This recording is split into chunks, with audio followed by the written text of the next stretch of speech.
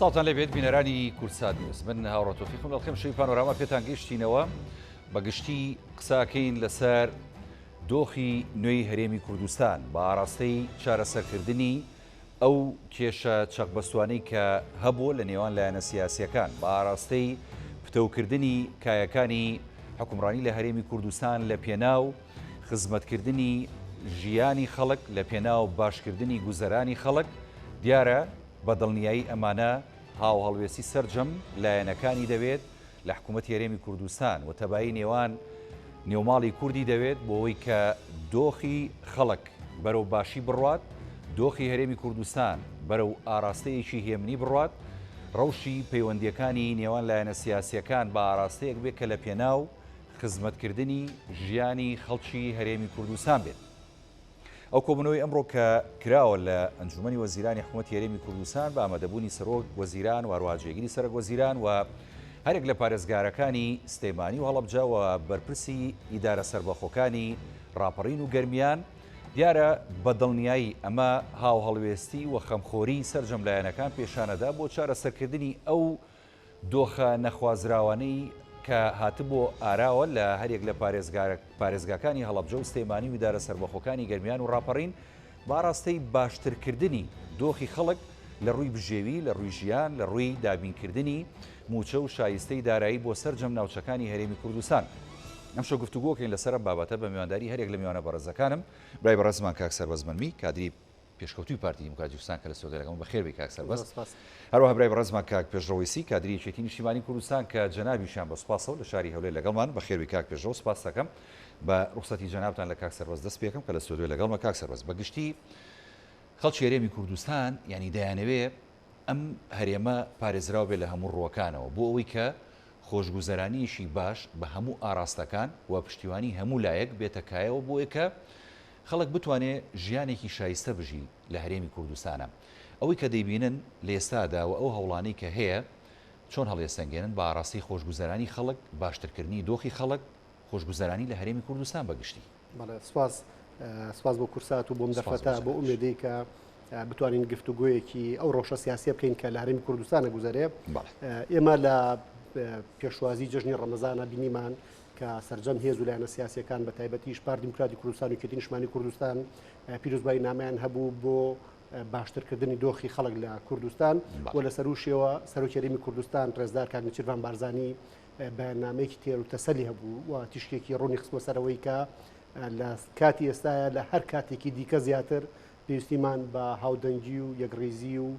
کۆڕایی هەیە لە ماڕ چارەسەرکردنی کێشەکانی ناوخۆ و بەشداریکردن لە پرۆسی سیاسی لە عێراقا. هەموو ئەو پیرۆزمایە نامانە و جدیەتی سەرۆکی هەرێمی کوردستان ئەوەیە خواست کە لە دوای جەژن مبادرەکان بەردەوام بن و هەنگاوەکرداریەکانی ئەو بەیاننامە ببینین کە ڕێزدار کاک نێچیروان بارزانی پێشکەشی کرد. ئەوەی لە ئێستاە ئێمە لە دوای جەژن بەریەکەوین ئەوەیەکە جدیەتێکی زۆر باش هەیە بە تایبەتی لەلایەن سەرۆکی حکوومەتی هەرێمی کوردستان و جێگرەکەی و بدۆداچوون هەیە بۆ ئەوەی کە ئەو کێشە و ئاریشانەی کە بوونەتە هۆی ئەو تەنگەشانەی کە لە ماوەکانی ڕابردوو بینیمان بە تایبەتیش لەسەر پرسی گوزەرانێکی باشتر دابشکردنی موچە لە هەموو ناوچەکانی کوردستان باشترکردنی خزمەت گوزارەکان لە هەرێمی کوردستان و لە کۆتاییە خزمەتێک ئەوەی جەنابتان ناوە ژیانی خەڵک باشترکردنی ژیانی خەڵک و ڕێخستنەوەی دۆخی سیاسی هەرێمی کوردستان. سوپاس بۆخوا لە دوای جەژن ئێمە وا بینین کە هێز و لایەنە سیاسیەکان بە تایبەتی یەکێتی و پارتی وەک دوو هێزی سەرەکی لە هەرێمی کوردستان لە گفتوگۆ و دانوستاندان و ئەوەی کە ئێمە لە چەند ڕۆژ ڕابردوو ژمەری کەوتین هێمنبوونەوەی دۆخی ڕاگەاندنکارەکانە و باشتربوونی پرۆسی سیاسیە و ئەم ڕۆژکە بینیمان کە سەرۆکی حکوومەتی هەرێمی کوردستان و جێگرەکەی لە بینی ئەنجومەنی وەزیران لە نزیکەوە بەڕێزان پارێزگاری سلێمانی و هەڵەبجە و بەرپرسی ئیدارە سەربەخۆکانی گەرمیان و ڕاپەڕینیان لە نزیکەوە بینی و گفتوگوی ئەویان کردووە لەسەر باشترکردنی خزمەت گوزاریەکان و دابشکردنی موچە لە کاتی خۆیان وەگەوەی کە پێویستە. هەموومانە پێمانەڵێن کە ئەمە جێگەی گەشتبینیە لەوەی کە هێز و لایەنە سیاسیەکان و لە سەرویانەوەی یەکێتی و پارتی مهتەمن بۆی کە دۆخێکی سیاسی باشتر لە کوردستان بێت ئاراوە و ئەو ئارامی سەقامگیری لە هەرێمی کوردستان هەیە بهێڵدرێتەوە پەرەی پێ بدرێت گەشەی پێ بدرێت و هێز و لایەنە سیاسیەکانیش عاملی خێر بن. ئەوەی کە چاوەڕوانێکین ئەوەیە کە لە هەفتەکانی داهاتووترا سەرۆکاتی هەرێمی کوردستان وەک ڕابردوو ببێتەوە بە چەتری کۆکردنەوەی هێز و لایەنە سیاسەکان و هەر کێشە و ئاریشەیەک هەیە هەر گرەیەک لە نێوان پارتیویەکێتی لە نێوان پێکێنەرەکانی کابینەوەی حکوومەت هەرێمی کوردستانە هەیە بە گفتوگۆ بە سازان کرانەوەی گەورەتر بەڕێوە بەدڵنیایەوە لەو باوەڕام کە سەرۆکی هەرێمی کوردستان دوای پیرۆزبای نامەکەی هەنگاوی کردداریە نوێنێ و لە ڕابردوو شابینیومانە کە بەڕێزیان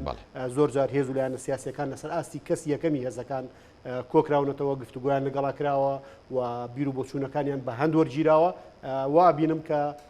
لە کات ئێسایە زمینێکی زۆر باشی شەبێ لە بین یەکێتی و پارتیا و گفتوگۆکان بە ئاراستەیە کە چونە پێشەوە کە لە کۆتاییە دامەزراوەکانی هەرێمی کوردستان لە سەرۆکاتی هەرێم لە پەرلەمانی کوردستان لە سەرۆکاتی حکوومەت هەرێمی کوردستان پێکەوە جۆرێک لە هەماهەنگیەکی نوێ دروست ببێ بە ئامانجیەوەی کە بەڕاستی ئێمە زانین کە کابینەی نوێی حکوومەت هەرێمی کوردستان کۆمەڵێک یان کۆمەڵە بەرگەیەکی لە کارنامەکەیە کۆکردبووە لە لامەرکەزیەت لە باشترکردنی ژیانی خەڵک لە پەرەپێدان بە سەقامگیری و هێمنی لە هەرێمی کوردستان لەو باوەڕام کە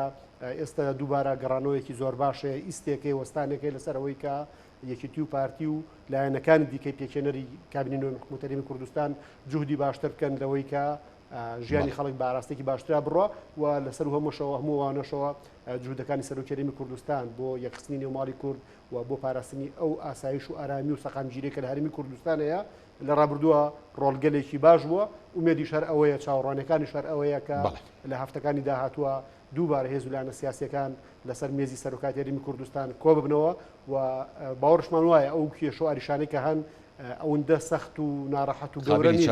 کە قابلی چارەسەرکردن نەبن بەدڵنیایەوە کۆ جەنابەت دوتت قابلی چارەسەرکردن قابلی ئەوەین کە لە بگەینە سیغەیەکی معقول لەسەریان لە زاخۆ بۆ خانەقین لە هەر شوێنێکی هەرێمی کوردستانە هاوڵاتیان وەکو یەک مامەڵیان کرێ وەکو یەک شایستەی داراییان پێ بدرێ بە تایبەتی مامۆستایان و فەرمانبەران و موچەخۆرانی هەرێمە تێگڕا لە هەموو پارێزگا و ئیدارە سەربەخۆ و ناوچەکانی کوردستان وەکو یەک مامەڵە بکرێن کاتێک موچە هەبێ بۆ هەمومان هەبێ وەگۆی کە لە ساڵانی ڕابردوو زۆر جار لە بەغداوە سزا درراین کاتێک موچە نەبوو بۆ هەمومان نەبوو ومێ دەکەین کە هەش بوو خۆشگوزەرانی بۆ هەمووان بوو کە هەش بێت خۆشگوزرانی بۆ هەمومان بێ و کە موچەش هەبوو بۆ هەموو وەزارەتەکان و بۆ هەموو پارێزگاکان دەست خۆشکاک سەربەزیان دێمە خزمەت جەنابەت بۆ کۆمەڵێ بابەتی گرنگتر پێویست بە پرسەکەمانەوە بەڵێ کاک پێشڕەوەیسی جەنابتان ینی گوێتان لە قسەکانی کاک سەربەز بوو و ئەوەشی کە هەیە ئەیبینی ئێستا لە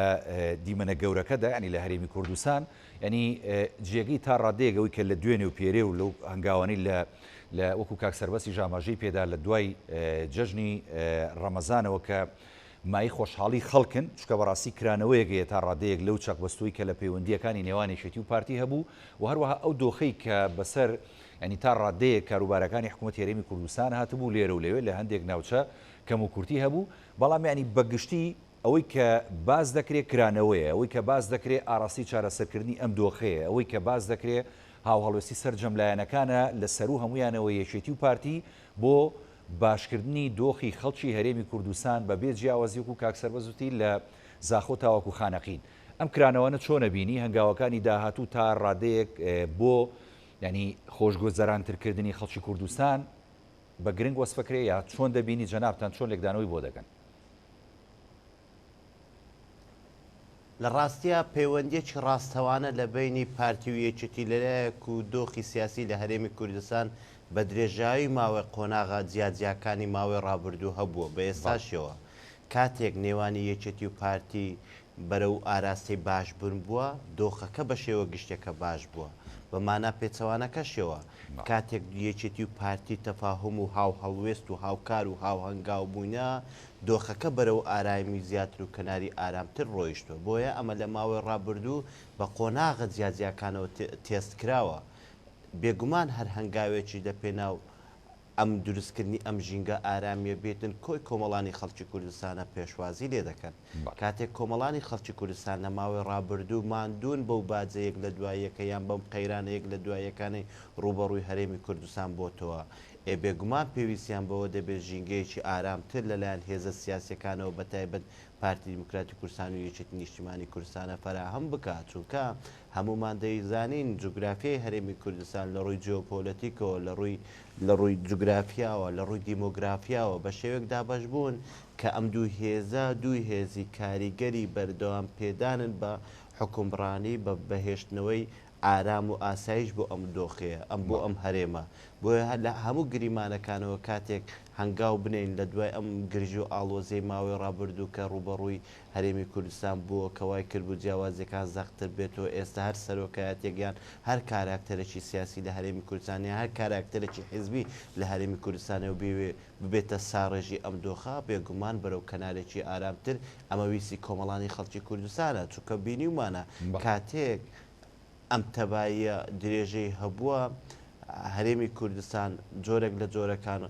قەیرانەکانی کاڵتر بۆتەوە هەرێمی کوردستان جۆرێک بە جۆرەکان هەنگاوەکانیش لە پێناو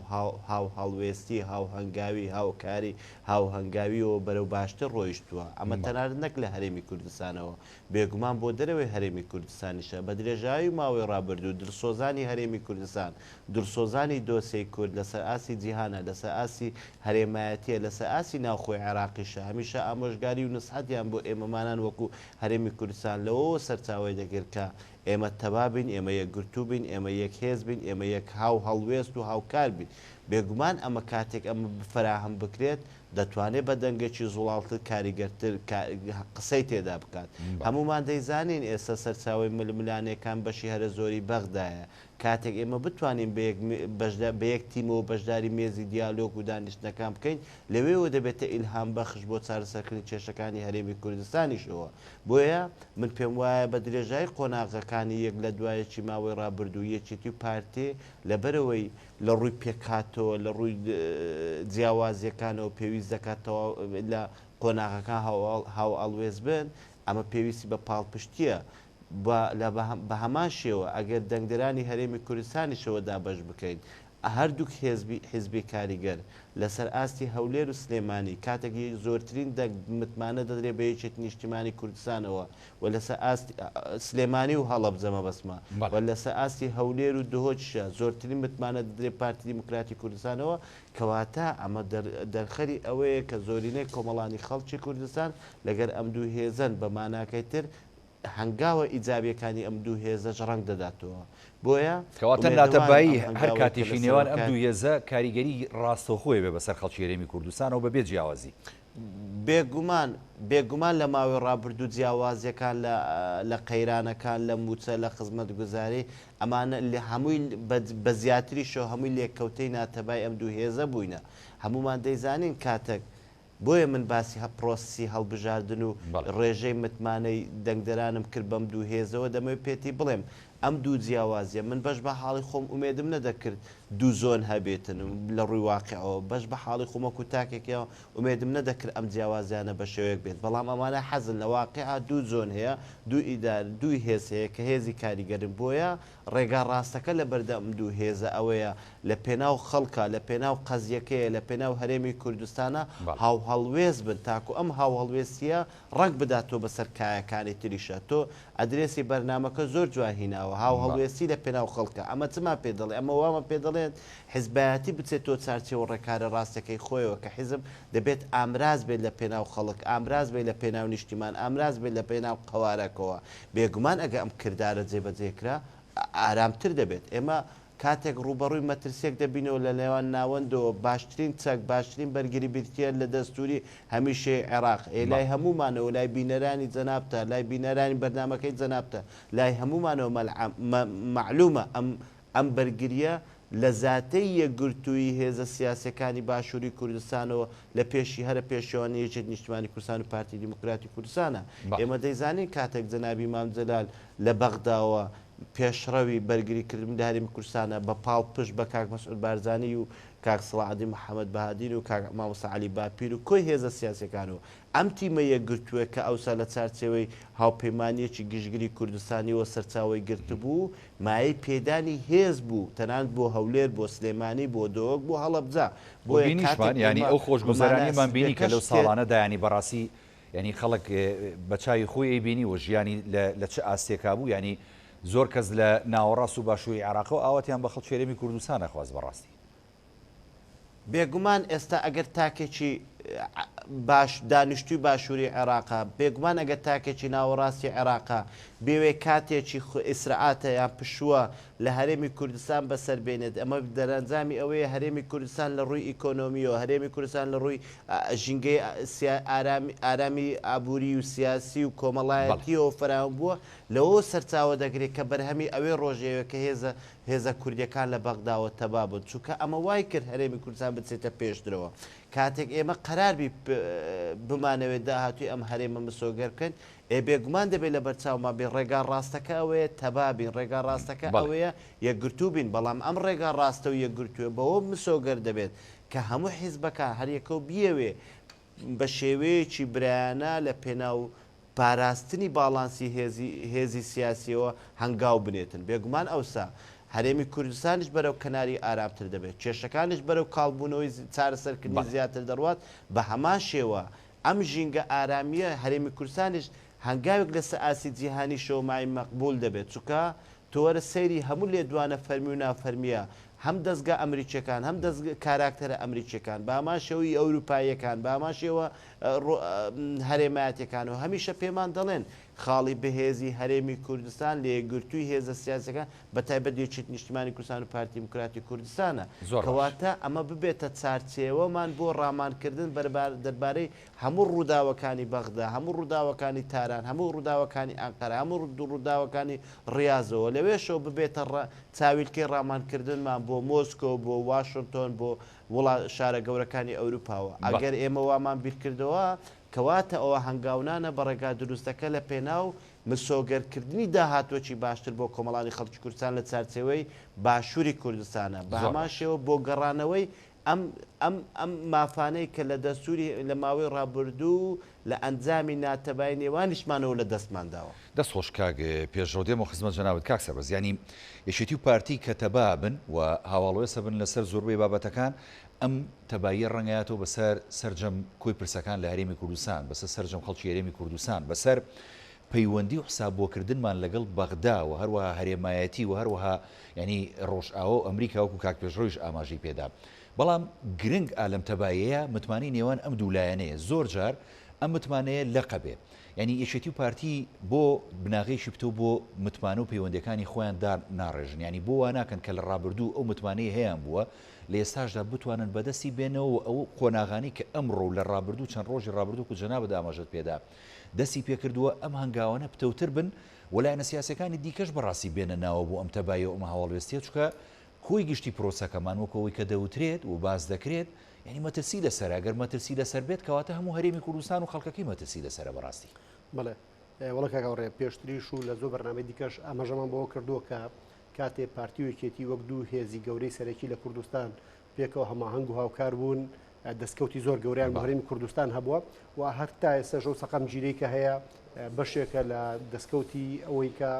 ئێمە توانیمانە بۆ قۆناغی درێژ پێکەوە بسازین و دروستکردی حکوومەتەکانی کوردستان بوون لە ماوەکانی ڕابردووە هەمووانە گواهی ئەوەن کە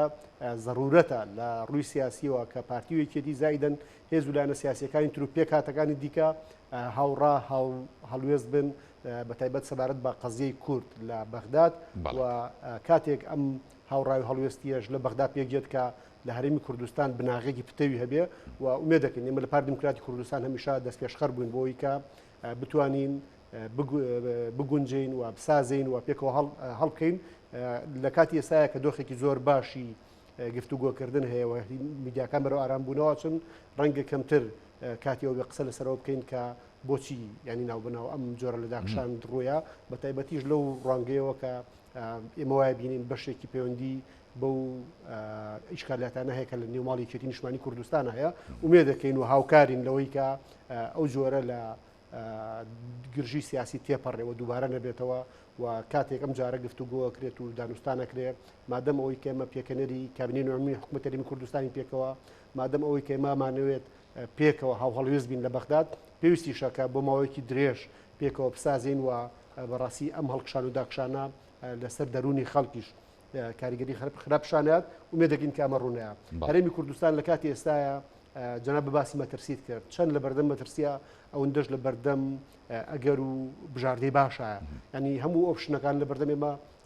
بژاردە و ئۆپشنی خراب نین بەڕاستی هەرێمی کوردستان بە خوێنەوەی دۆخی سیاسی عێراق و ناوچەکەش بەگشتی هەرێمی کوردستان لە بەردەم ئەگەر و بژاردەی زۆر باشایە بەڵام ئەمە بە هاو هەڵوێستی بەتەبایی نێوان لایەنە سیاسیەکان بەو سەقامگیری کێسە هەرێمی کوردستان لە دەرەنجانی هاو هەڵوێستیەکی و پارتی هاتوۆتە بوون هەرێمی کوردستان لە بەردەم ئەگەر و بژاردی باشایە ئەمڕۆ هەرێمی کوردستان لە ڕووی دیبلۆماسیەوە حساباتێکی دیکەی لەگەڵەکرێت و ئێمە بینیمان لە کاتی سەردانەکانی سەرۆکی هەرێمی کوردستان و سەرۆکی حکوومەتی هەرێمی کوردستان بە وڵاتانی خەلیج بە وڵاتانی ئەوروپا لە ئاستێکی چەند بەرزا پێشوازی کران و ئەوان چەند مهتەمن بۆی کە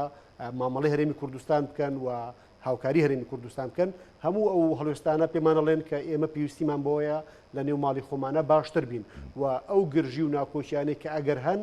هەوڵ بین چارەسەریان بکەین و ناوخۆیەکی بەهێز یەکسانە بۆی کە هەرێمێکی کوردستانی بەهێز لە بەغدادە بێ ناوخۆیەکی بەهێز لە هەرێمی کوردستان یەکسانە بۆی کە ئێمە لەسەر ئاستی نێودەوڵەتی حساباتی دیبلۆماسی گەورەمان لەسەر بکرێت و باشتر لە ئاستی ناوخۆی ژیانی هەموو سێکتەرەکانە بەرەو پێشەوە خۆشگوزەرانی بۆ خەڵکدا ئەوەی کە ئێمە ئێستا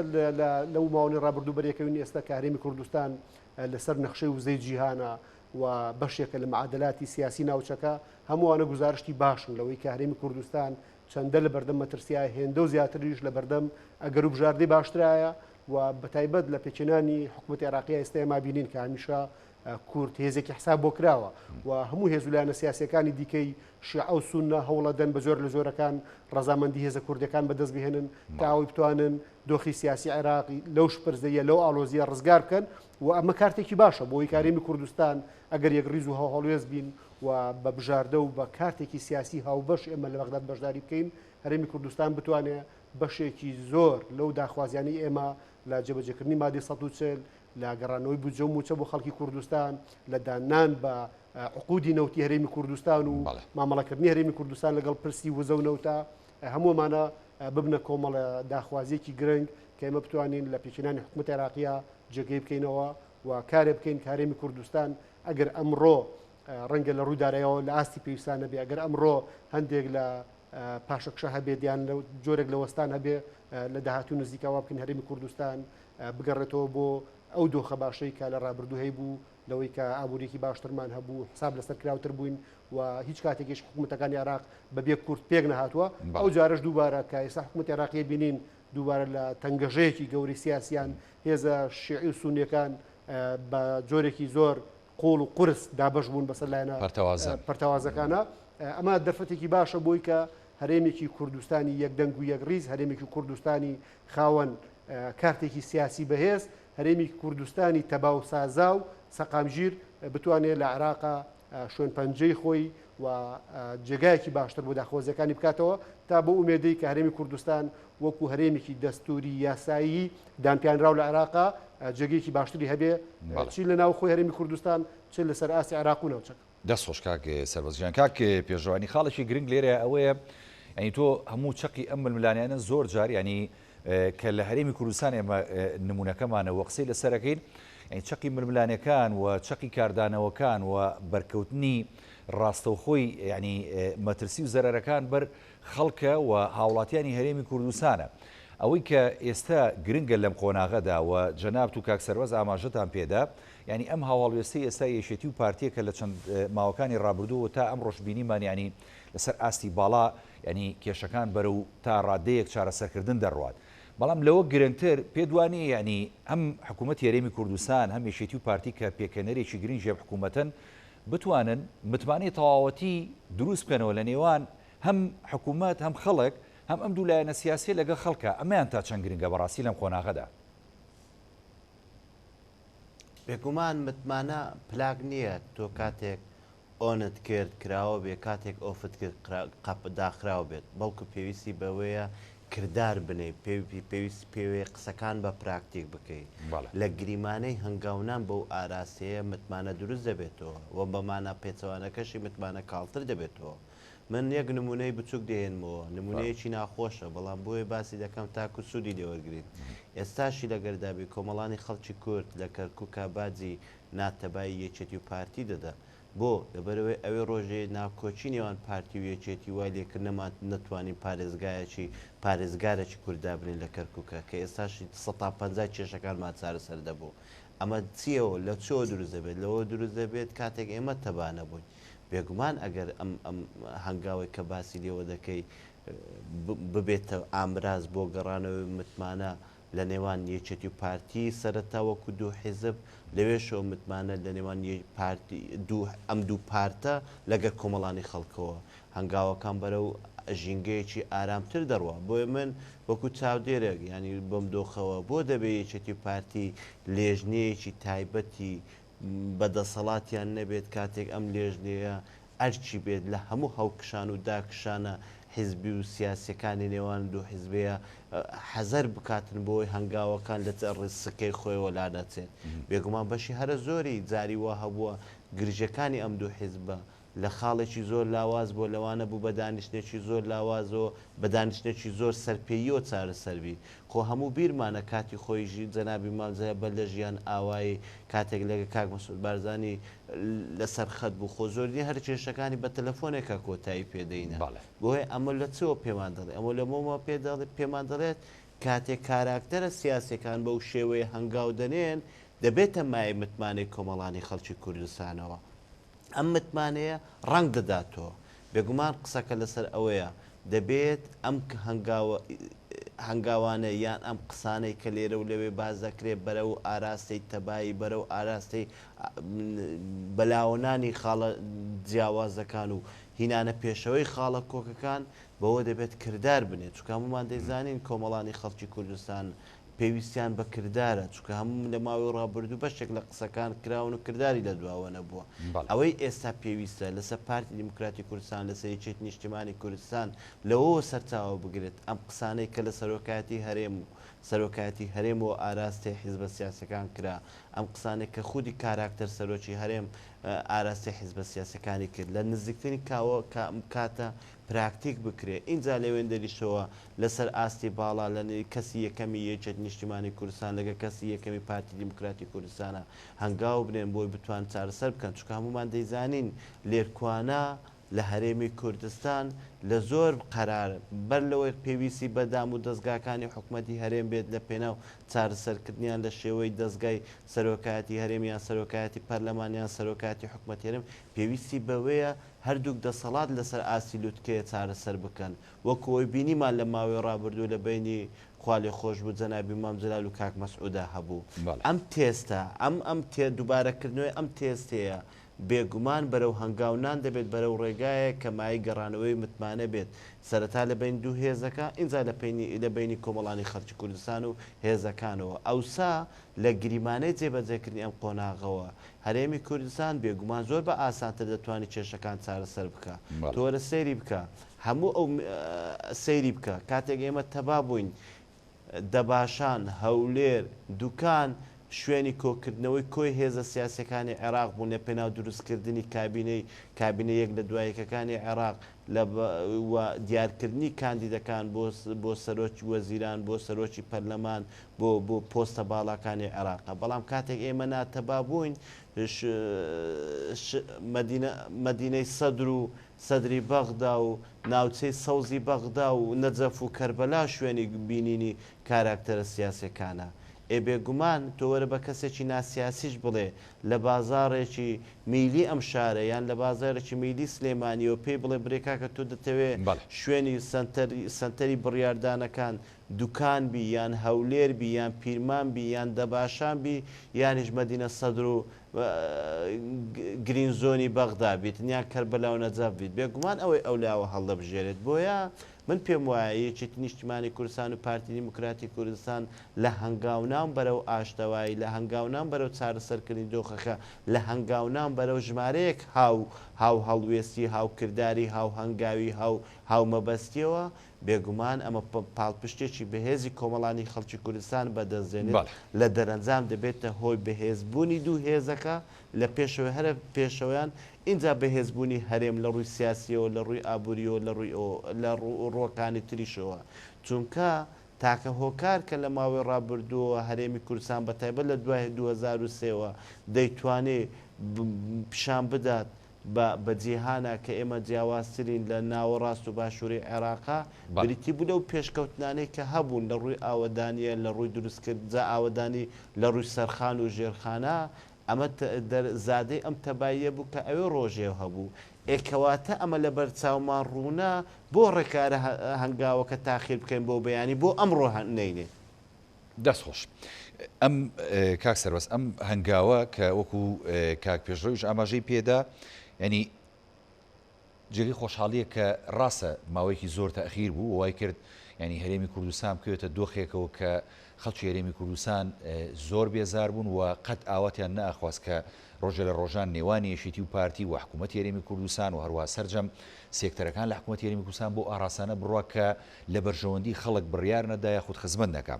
بەڵام ئەمە کارکتەرە باڵەکانی نێوان یەشێتی و پارتیە کە هۆکارن بۆ ئەم لێک نزیکردنەوەی ئەم تەباییە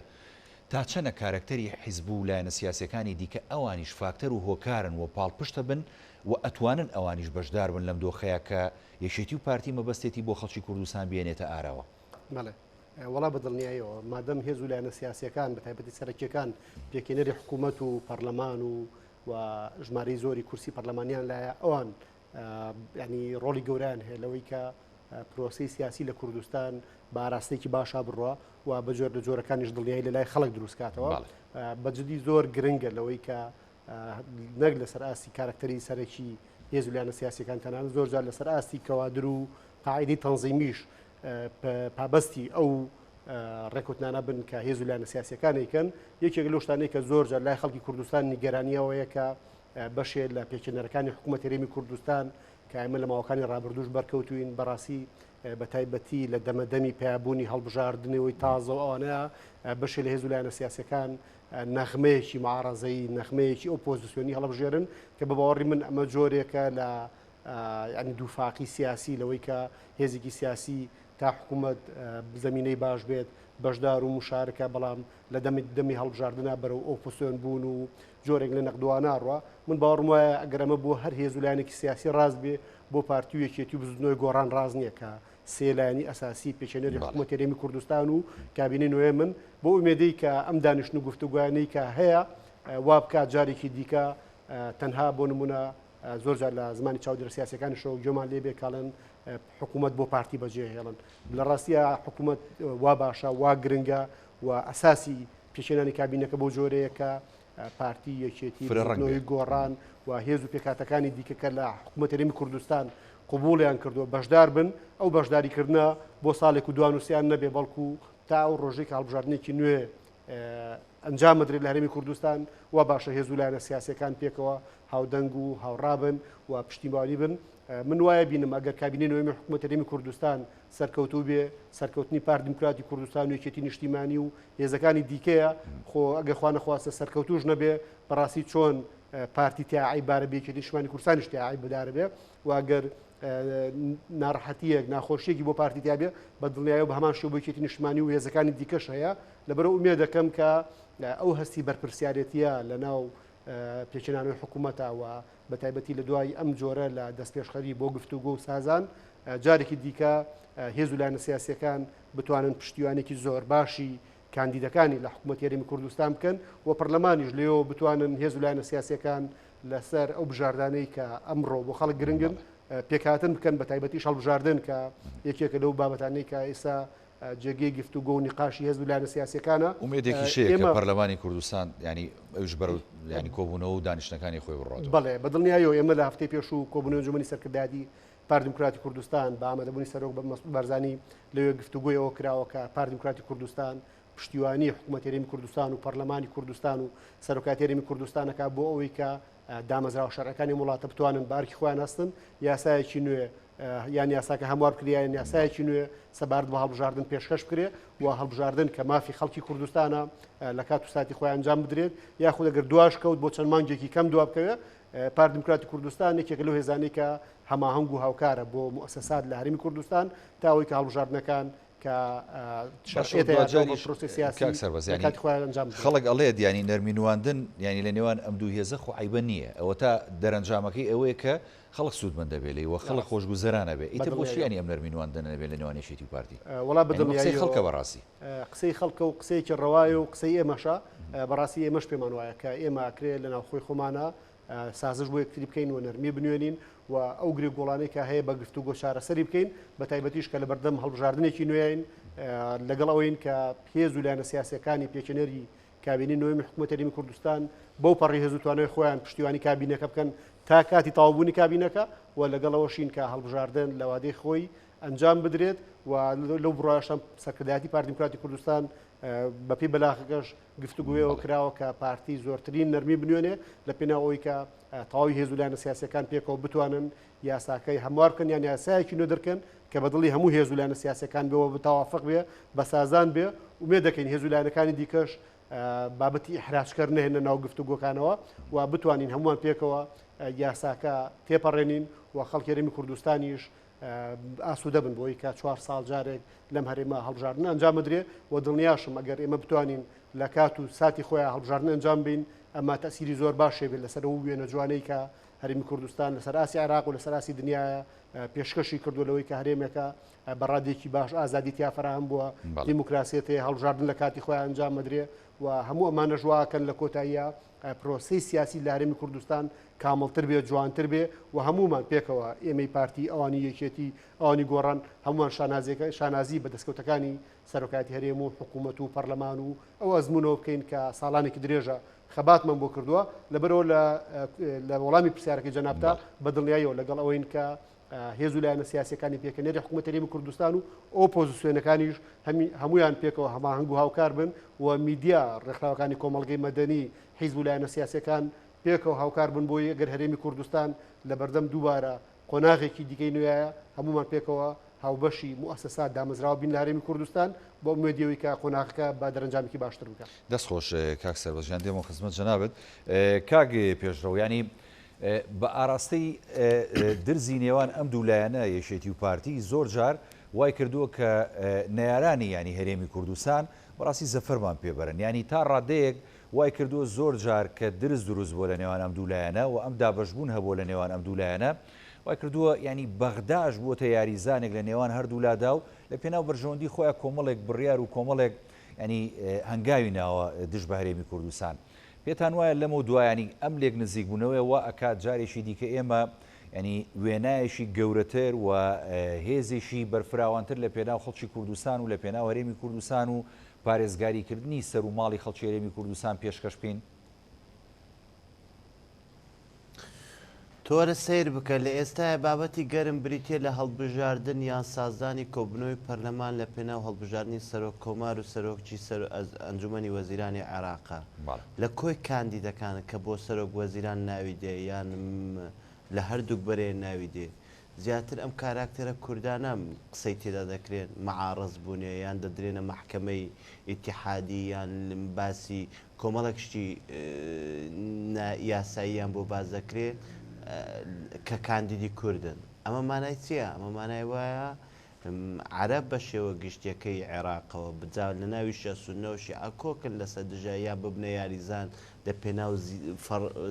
لێکترازانی زیاتری کووردە. تۆ کاتێک کورد لە نێوان خۆیە لە جیاتی سازان لێکترازان دروست دەکا بێگومان ئەم لێکترازانە دەبێتە پانتایی یاریکردنی نیارەکانمانەوە. من لە ماوەی ڕابردوو هەمومان بینەری ئەمە بووین کاتێک هەر حاڵەتێک توش دژی هەرێمی کوردستان بووە کۆی جیاوازەکانی ناو سونە بەلاوەدراوە یەکگرتوو بوون کۆی جیاوازەکانی نێوان شیعە بەلاوەدراوە یەکگرتوو بوون بە هەمان شێوە کۆی جیاوازەکانی نێوان شیعە و سونەوە بەلاوەدراوە بەرامبەر هەرێمی کوردستانی یەکگرتوو بوون. کاتێک ئەمە ڕووبە ڕۆژانە لە پەرلەمانی عێراقا ڕوبەڕووی هەرێمی کوردستان و ئێمەی هەرێمی کوردستانە دەیبینین وەکوەی دەرێ زۆر سەیرە هیچ پاساوێکی تێدا نیە یەکگرتوو نەبین. کاتێک ئێمە دەیبینین هەرێم بە کۆی هێزە سیاسەکان یان بەشی هەرە زۆری هێزە سیاسەکان کەوکوژی بۆ هەرێمی کوردستان دانیشتن و تاکو بتوانن لە هەنگاوێک کە پاشەکشەی پێ بکەن ئێخۆن پاساونیە ئێمەی کورتەبانە بین. کاتێک دەیبینین لەسەر بابەتی ئابوووریە لەسەر بابەتی سامانی سروشتیە کە مەبەستم بەدیوە ئابوووریەکە ئینجا لە بابەتی سیاسیە ئینجا لە بابەتی بودجە موچەیە ئینجا لە بابەتی مادە دەستوریەکانە ئینجا لە بابەتی سقاقاتی هەرێمی کوردستانە بە شێوە لە شێوە فیدراالێکەوە هەموو ئەوان دەبینین تەبان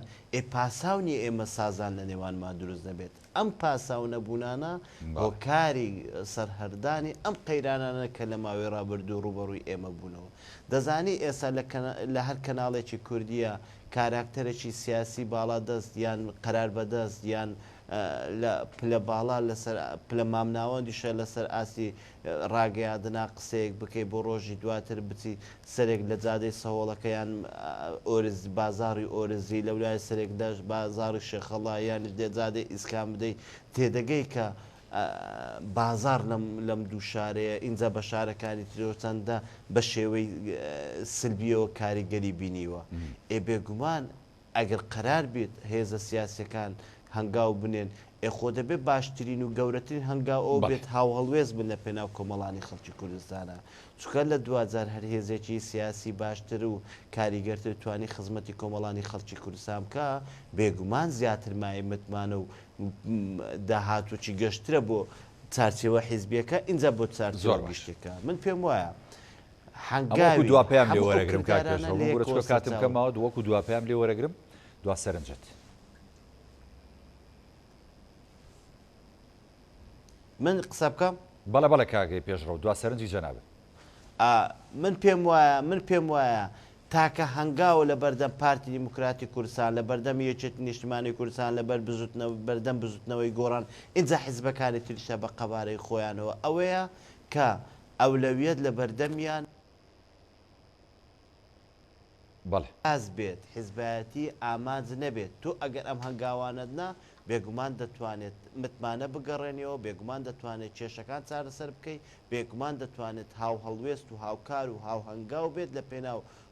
دۆسیەکە لە پێناو کۆمەڵانی خەڵکە لە پێناو نیشتیمانە لە پێناو داهاتووی ئەم هەرێمەشە دەست خۆش کاگێ پێشڕۆژان کاکسەر کۆی گشتەکەش لەسەر باڵانسی هێز دەست خۆش تاو بەڵێ دەستەکانە خۆشە کاکسەر بەس فەرموو جەنابیش دوا پێیان بگەین ئاسپاس بە شێوەی گشتی ئومێدی ئەوەکرێت کە هێز و لایەنە سیاسیەکان لەم دواژەژنەیە پێکۆ بتوانن بسازێن و گفتوگۆ بکەن و بەرژۆندێ باڵەکانی خەڵکی کوردستان لە سەروی بەرژۆندە حیزبەکانی پارتی و یەکێتی و هەمووی هێز و لایەنە سیاسیەکانی دیکەوەیە ئومێدی ئێمە ئەوەیە کە هەرێمی کوردستان لە ڕووی سیاسیەوە باشتر سەر پێ بخرێ و هەموو ئەو تەنگەشە و ئیشکالەتانێک کە لە پێشن باوەڕمان وایە لە ڕێگەی گفتوگۆ چارەسەرەکرێ ڕای پارتی دیموکراتی کوردستان ئەوەیە کە ئێمە هەمومان بە تایبەتیش لەگەڵ یەکێتی نیشتیمانی کوردستان و بزنەوەی گۆڕانە بگەینە گفتوگۆ سیغەیەکی زۆر باشتر سەبارەت بە باشترکردنی پرۆسەی حکومڕانی لە هەرێمی کوردستان باشترکردنی ژیانی خەڵک و هەموارکردنی یاسای هەڵبژاردن و ئەنجامدانی هەڵبژاردنێکی شەفاف لە نزیکترین کاتە و گەیشتن بە ڕێکەوتن لەسەر چۆنێتی بەشداریکردنی کورد لە پەرلەمانی عێراقی و دروستکردنەوەی مؤسسات لە عێراق و هەڵبژاردننی سەر کۆمارێکی کوردی خاوەن پێگا لە عێراقا کە هەموومانە بە باوەڕی من واکەن هەرێمی کوردستان لە ڕووی سەقامگیری و دارایی و ژیانی گشتی خەڵکەوە بچێتە قۆناغێکی باشتر ئەو قۆناغی کە تایتڵەکەی جەنابتان بۆتان هەڵبژاردووە ژیانی خەڵک وێ دەکەین و ئێمە ئەوش گرنگە کە ڕاگەیاندکارەکان ڕۆژنامەنووسەکان ڕێکخراوەکانی کۆمەڵگەی مەدەنی لەسەر ئاستی هەوڵاتیش هەموو پشتیوانی ئەوە بین کە دۆخی سیاسی هەرێمی کوردستان باڕاستێکی باشترا بڕ. برای بەڕێزم کاک سەربەزمەنوی کادری پارتی دیموکراتی کوردستان کە لە سۆدۆ لەگەڵمان سوپاس دەکەم. برای بەڕێزمان کاک پێشڕەوەیسی کادری یەکێتی نیشتیمانی کوردستان کە لە سۆدۆکانمان لە شاری هەولێرەوە لەگەڵمان سوپاس بۆ جەنابیش. بەڵێ بینەرانی بەڕێز ئەڵقێم شەی پانۆراماتان پێشکەش کرا میشە ساغ و تەندروست باش. خواتان لەگەڵ.